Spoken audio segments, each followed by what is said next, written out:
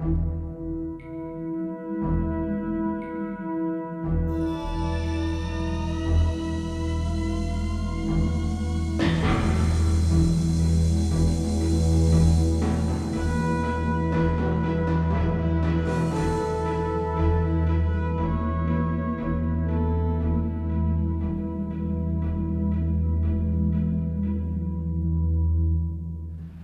1962, I decided I wanted to start a car club. So I got a hold of some friends of mine, Doug Sparks, Greg Ealing, Jim Johnson, Dale Query, and Bob Dillon. They were some of my closest buddies back then, and said, let's start a car club.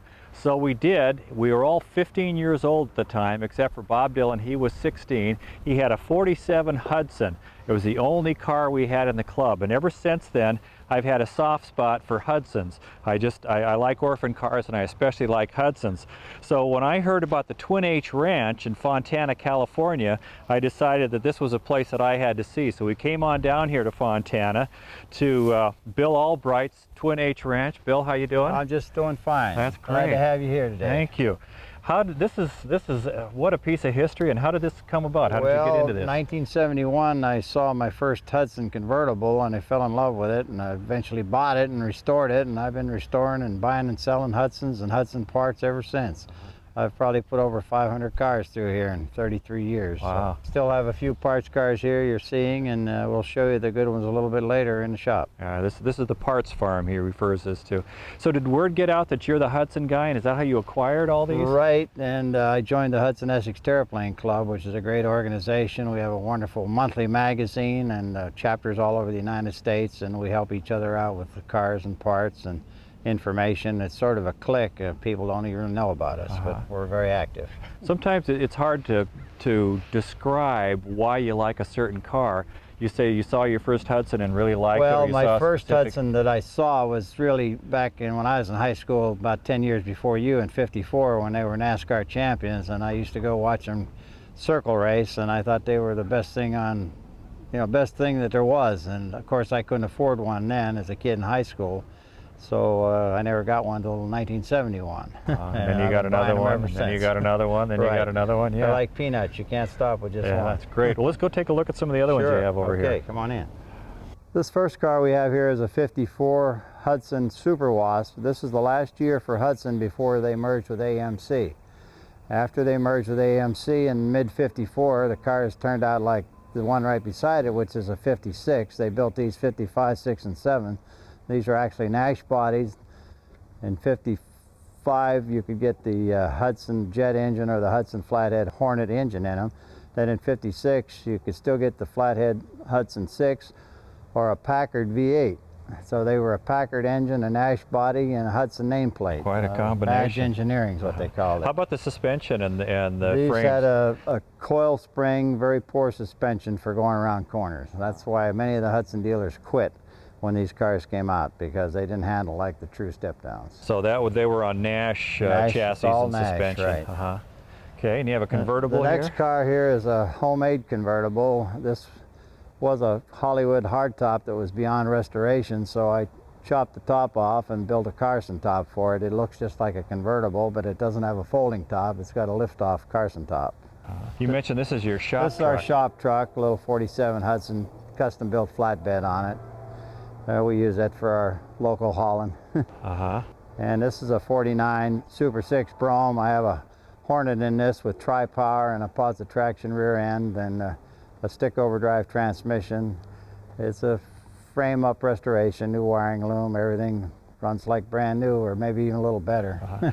Is that, am I correct in that part of the success of Hudson back then as far as performance was having more than one carburetor on them? Well, yeah, they did that for NASCAR racing. They come out with what they call the Twin H with 2 WA1 Carters, which gave it a little more oomph and actually a little better gas mileage. They were a more efficient setup. But this car, I modified the manifold and put 3 carburetors on it. Runs okay? Yeah, it's got a pacemaker in between the regular 2 Twin H ones. So yeah, it runs real fine. Great. And then your green one here? The green one here is a '47 standard Super 6 4-door sedan. It also has a stick overdrive. Okay. Viewers, imagine this if you can. The Steeds Car Club, the entire membership of the club is stuffed into the Bob Dylan's 47 Hudson cruising down 6th Avenue in Tacoma, Washington. Well, this is what we were riding in. Yeah, Lance, this is my favorite car. This is a 53 Hudson Hornet convertible, one of about 5 or 6 known to exist in our club, and it's got about 25 accessories on it, including the driving lights and the Nerf bars and chrome wire wheels. It has the twin H power. It has the added power steering from a 54. This car belonged to a Walt Chapman, a Hudson dealer in Pennsylvania. Drove it off the showroom floor, and when the 54s came out, kept it for his personal car until he passed away in 1988, and I bought it from his widow.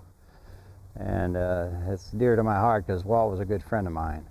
It's got all kind of accessories on it, including the visor, the spotlights, the dual mirrors, the door handle guards, and I've added a stereo and a CB and power top, Continental kit. You'll see when we go around the back, and it's quite an attractive car, I think. Everything that was available on the list to check off. This car has a lot of hidden accessories, such as the 1950s root beer stand tray that slides out and goes back out of sight.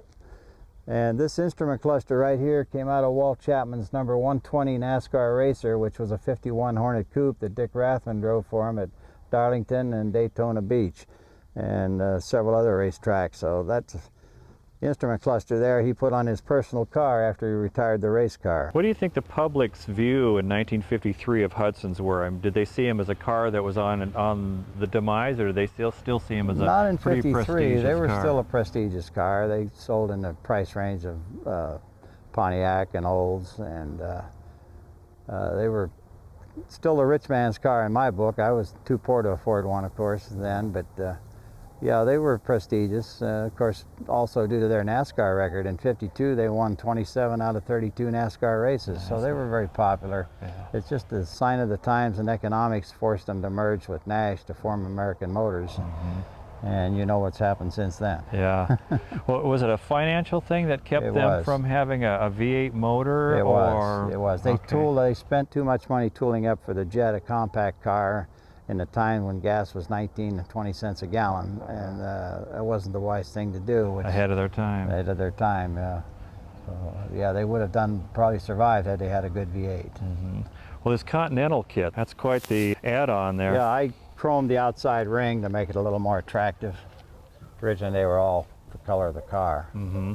I've noticed in the hot rod circle that occasionally somebody will take a Hudson and take a lot of the custom styling cues from 49 to 51 Mercs and try to do the same thing. I have one right here in the back that's a full, what we call a lead sled. It's a 51 Hudson with a DeSoto grill and a 40 Ford back glass and 54 Merc tail lights.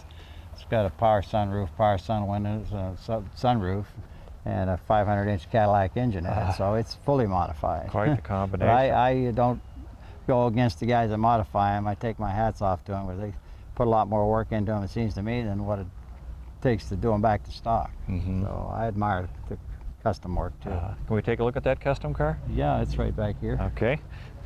Well, some of the styling cues that you've done to this, the scoop on the hood and the Frenched headlights, this is really a nice custom job. Yeah, Dick Dean, who's a pretty famous customizer, did most of the work on this for me. It's got a DeSoto grill and, like I said, 54 Merc taillights Frenched into the back bumper, and a power sunroof, and got a Pontiac tilt steering column and a a Pontiac subframe with a 500-inch Cadillac Eldorado engine, and it drives like a Cadillac, looks like a Mercury, but it really is a Hudson. Great.